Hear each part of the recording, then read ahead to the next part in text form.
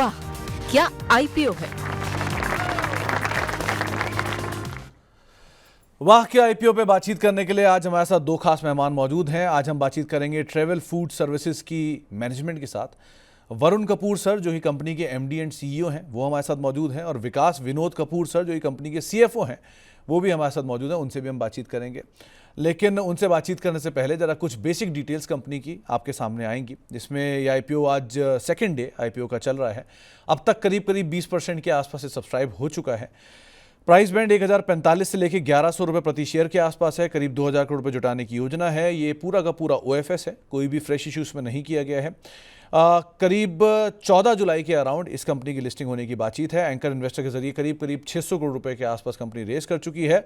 Brokerage house के view तमाम आपकी स्क्रीन पर आते हुए दिखाई पड़ेंगे, जिसमें ज़्यादातर सभी ने इसमें सब्सक्राइब की राय दी है। आनंद राठी में अप्लाई, कुंवर जी में अप्लाई, एजकॉन apply, BP equities apply, Canara bank securities apply, GPL, Nirmal Bang, SBI cap, Ventura, सब ने अप्लाई की रेटिंग दी है। एक्सिस कैपिटल ने कोई रेटिंग नहीं दी और अरिहंत की तरफ से एक न्यूट्रल रेटिंग है।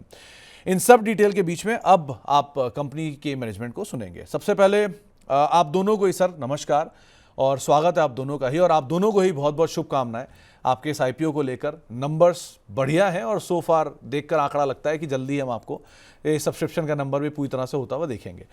सबसे पहले तो वरुण सर, ये बिजनेस थोड़ा यूनिक बिजनेस है, आम आदमी की समझ से थोड़ा सा अलग है। देखिए, अब तक हम लाउंज बिजनेस को तो समझ में आता है, वो हम देख रहे हैं, लेकिन क्यूएसआर एंड लाउंज ये बिजनेस थोड़ा यूनिक है।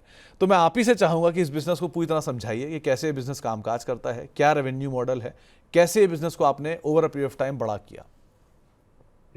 नमस्ते सुमित जी, आपके शो का हिस्सा बनाने के लिए धन्यवाद। एंड हमारी जो बिजनेस है ये ट्रैवल फूड सर्विसेज, आप सही बोल रहे हो कि यूनिक की बिजनेस है, बट ऑब्वियसली दिए इनके जो मेन कंपोनेंट्स है, अब दो क्षेत्रों में ट्रैवल क्यूएसआर और लाउंजेस में हम ये बिजनेस चलाते हैं। Travel QSR actually very simply restaurants है। आप एयरपोर्ट में जब भी ट्रैवल करते हो, व्हेन यू गो देयर, हमारे अलग अलग ब्रांड रहते हैं। कई मशहूर इंटरनेशनल ब्रांड्स है, लीडिंग नेशनल ब्रांड्स, जैसे आप समझो आप केएफसी जाएंगे, नहीं तो आप देखेंगे कोई थर्ड वेव कॉफी, बीकानेर वाला, पॉपुलर ब्रांड जैसे है, वो हम चलाएंगे। और अपने भी ब्रांड्स है। अगर आप दिल्ली ट्रैवल कर रहे हो, दिल्ली टर्मिनल 3 में हमारा Delhi street is very popular in that airport. So travel QSR जो है ये रेस्टोरेंट्स है एयरपोर्ट्स में। और लाउंजेस आप जैसे बोल रहे हो, वी एक्चुअली हम है जो लाउंज चलाते हैं। तो हम टाइप करेंगे अलग अलग एग्रीगेटर से, एयरलाइंस से, क्रेडिट कार्ड कंपनीज, बैंक, तो सब हमारे साथ टाइप करके लाउंज यूज करते। तो हम एक्चुअली लाउंज को चलाते हैं। We are the ones who build the lounge, and हमने स्पेस एयरपोर्ट से लेके ये लाउंज हम चलाते हैं। हमारी टीम्स है जो आप एक्चुअल लाउंज में कस्टमर को सर्व करते हैं। तो वरुण सर, अभी तक की जो डिटेल मेरे पास है, आपके करीब 442 ट्रेवल क्यूएसआर हैं, जिसमें 384 आउटलेट्स हैं 13 एयरपोर्ट्स पे, और 29 आउटलेट हैं मलेशिया के 2 एयरपोर्ट्स के ऊपर भी। सो इंडिया की ग्रोथ स्टोरी पिछले 5 साल में पोस्ट कोविड एयरपोर्ट की बहुत तेज़ी से एक्सपैंड करी है। एफोर्डेबिलिटी भी बढ़ गई है और लाउंज की एक्सेस भी बहुत ज़्यादा यूसेज बढ़ गया है। आप खुद ही देख रहे हो कि कोविड के बाद से कैसा ट्रांसफॉर्मेशन हुआ है एविएशन इंडस्ट्री का। सो ये कितना बड़ा गेम चेंजर रहा है आप लोगों के लिए, पहला पार्ट। दूसरा, अभी नए जो एयरपोर्ट्स खुल रहे हैं टियर 3, टियर 4 सिटीज़ के लिए, ये कितनी बड़ी अपॉर्चुनिटी पोज कर रहे हैं आपके लिए?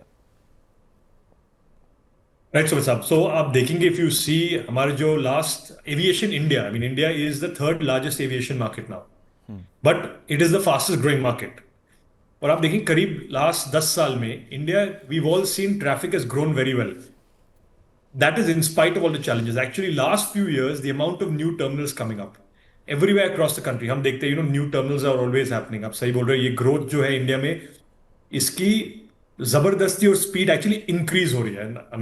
हमारे गवर्नमेंट और honourable prime minister is also, एक रिसेंटली एक समिट हुआ था सब एयरलाइंस के दिल्ली में, and we are even talking the next 10 years will be the best years for aviation in India. You are seeing a much wider, जो लोग आते हैं टचिंग एवरी, जो उड़ान स्कीम है, these wider things, both wide जा रहे, touching every city, tier 1, tier 2, tier 3। And सही बोल रहे सुमित साहब कि ये अपॉर्चुनिटी हमारे लिए no doubt is becoming quite wide today. हम 14 एयरपोर्ट में इंडिया में, 4 एयरपोर्ट इंडिया के बाद, बट द अपॉर्चुनिटी जो है, हम इंडिया का टारगेट 300 एयरपोर्ट्स बाय 2047।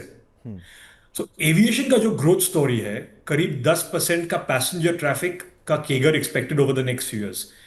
ये दुनिया में कहीं भी दिखते नहीं, these numbers you don't see anywhere. So no doubt while we grown very well, हमारे नंबर्स आप देख सकते हैं, करीब आप हमारे रेवेन्यू को लास्ट ईयर का 21% रफली का ग्रोथ था।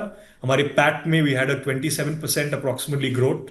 We did about 380 crore this year from last year 300 crore of PAT in the business. So that growth, that performance, that is very visible in our business. But going forward, it looks even better. तो विकास sir, एक चीज़ आपसे मैं समझना चाहूँगा, अभी जो बात हो रही थी वरुण सर से कि इन हाउस ब्रांड्स भी हैं और पार्टनर ब्रांड्स भी हैं। सो अगर आप मुझे रेवेन्यू शेयर दे पाएँ, कितना इन हाउस ब्रांड्स है, कितना पार्टनर ब्रांड्स है, पहला हिस्सा।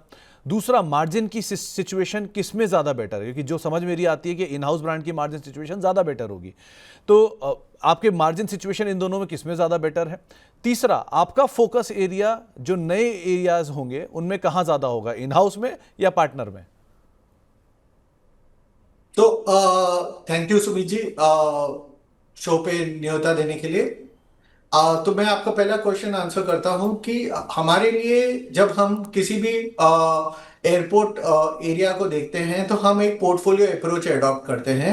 हमारे यहाँ पे ऐसा कोई इंटरनल टारगेट नहीं होता कि आपको इन हाउस ब्रांड डालना है या एक्सटर्नल ब्रांड डालना है ही, क्योंकि हम क्या देखते हैं कि कस्टमर को क्या चाहिए। इन दी एंड एक कस्टमर होगा जिसके पास सपोज जिसे साउथ इंडियन पसंद है तो हमारे पास हमारा खुद का ब्रांड है idli.com, लेकिन उसी वक्त उसी कस्टमर के पास बच्चे होंगे जिन्हें शायद KFC पसंद है या कुछ और पसंद है, तो हमें KFC या पिज्जा हट डालेंगे। तो हमारा जब भी हम किसी जगह का पूरा विभाजन कर रहे होते हैं कि कौन कौन से ब्रांड डालने हैं, क्योंकि हम करीबन एक टाइम पे 10-15 हमारे 127 ब्रांड रिलेशनशिप्स है, तो हम जब डाल रहे होते हैं तो तभी हम ये ध्यान मद्देनजर नहीं रखते कि ये हमारा इन हाउस ब्रांड है। हम ये देखते हैं कि कस्टमर क्या खाना चाहेगा। अगर आप गेट से जा रहे हैं तो आपको कैफे लगेगा क्योंकि आपका ग्रैब एंड गो का ऑफर बेटर रहेगा। अगर आप सुबह के टाइम पे हो तो आपको शायद थोड़ा हेवी खाने की पसंद होगा, तो आप KFC पसंद कर सकते हैं। तो उसके हिसाब से ब्रांड्स करते हैं। रही बात रेवेन्यू की, तो हमारा रेवेन्यू मिक्स भी उसी को रिफ्लेक्ट करता है, क्योंकि करीबन दोनों सिमिलर है, जबकि थर्ड पार्टी ब्रांड्स थोड़ी ज्यादा रेवेन्यू हमें देते हैं। ओके।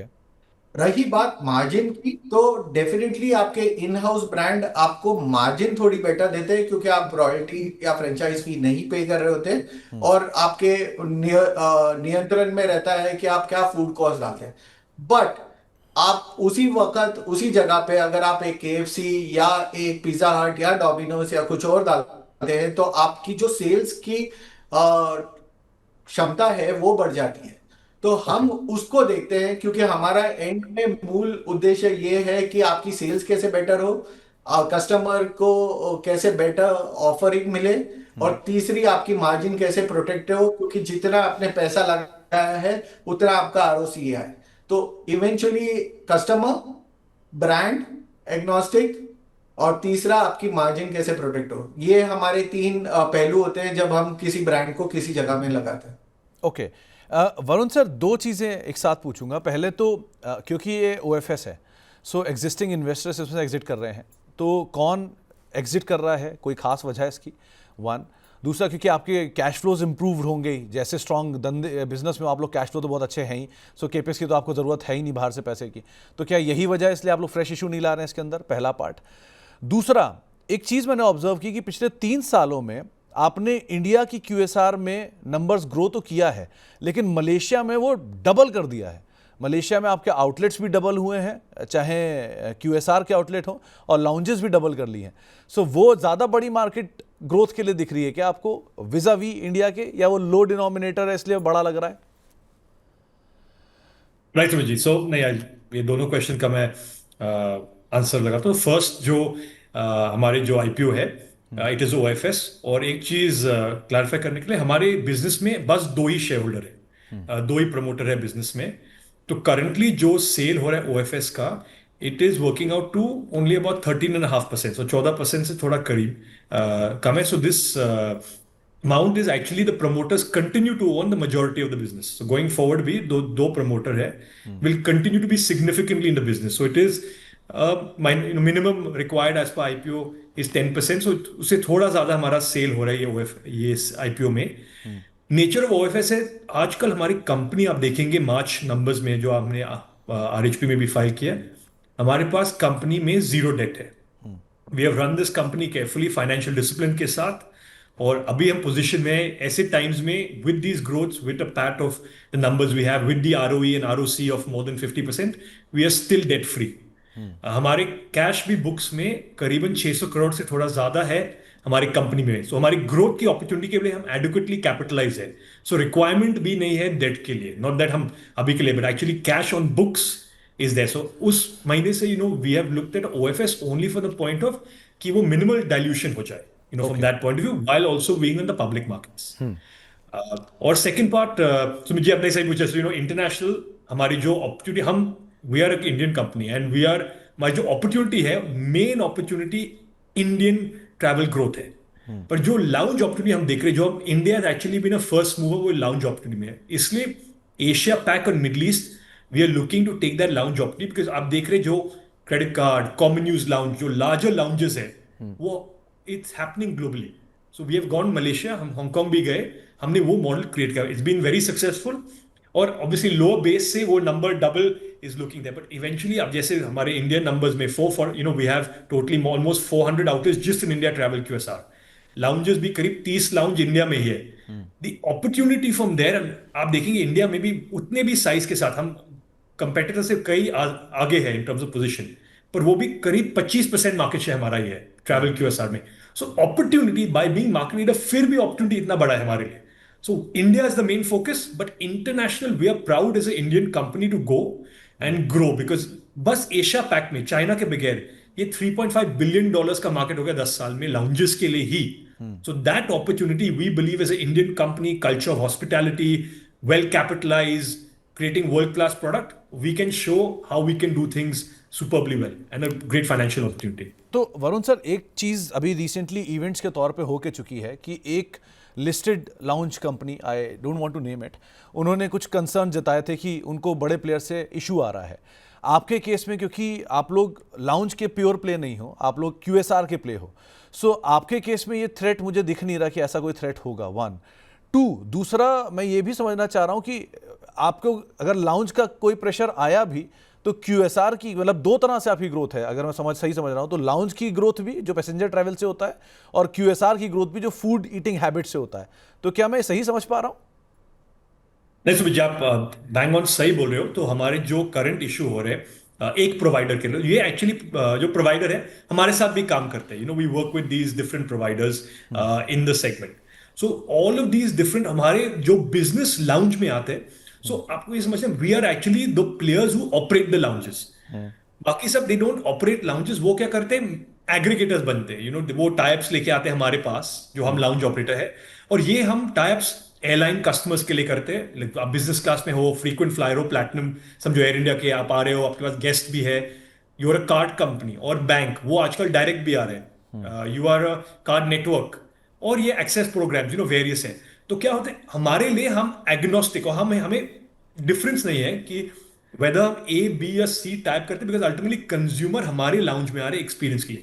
हम क्या कॉन्सेंट्रेट करते हैं, yes experience has to be perfect, customer has to be taken care, but ultimately वो कंज्यूमर, वो अगर A प्रोवाइडर या B प्रोवाइडर या C प्रोवाइडर से वेदर डायरेक्ट है, अल्टीमेटली वो consumer comes to our lounge.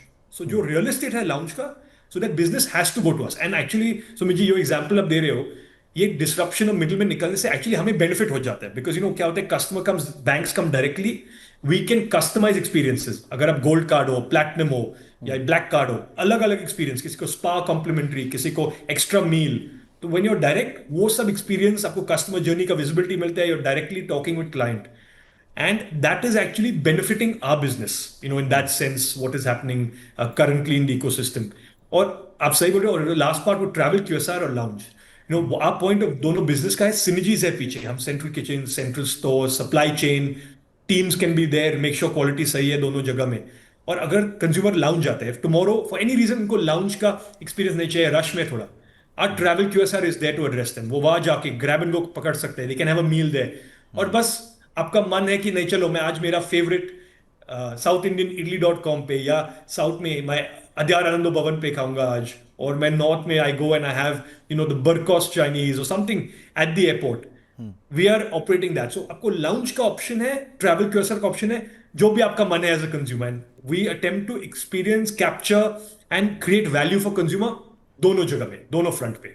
Okay Vikas sir, एक सवाल मैं आपसे पूछना चाहूंगा कि क्या कोई कंसंट्रेशन रिस्क भी है किसी लिमिटेड क्यूएसआर्स को लेकर, किसी लिमिटेड प्रोडक्ट्स को लेके, या किसी लिमिटेड ब्रांड्स को लेके, या किसी लिमिटेड लाउंज को लेके या एरिया को लेके? कोई कंसंट्रेशन रिस्क है क्या? नहीं.